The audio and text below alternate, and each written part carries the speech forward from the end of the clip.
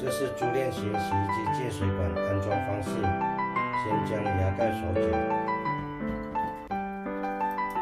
再将它弹入水龙头出水口，适合16至19的口径。链条往把手后方绕过来，系紧。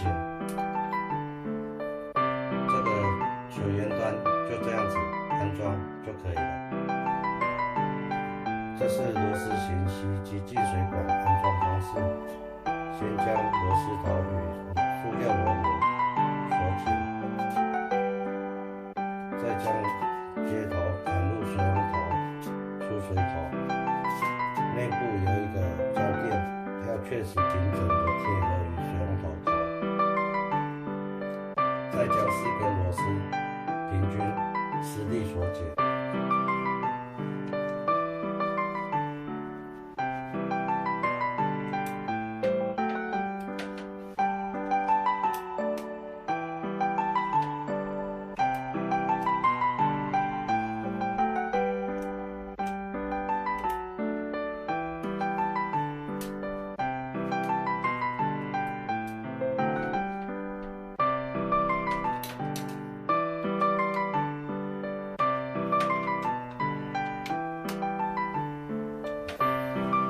水源，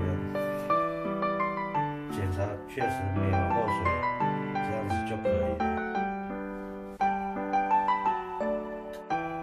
这是一个快接式接头，可以随时拆开、下拉、拆开，也可以随时套上去下拉、往上弹入，开启水源。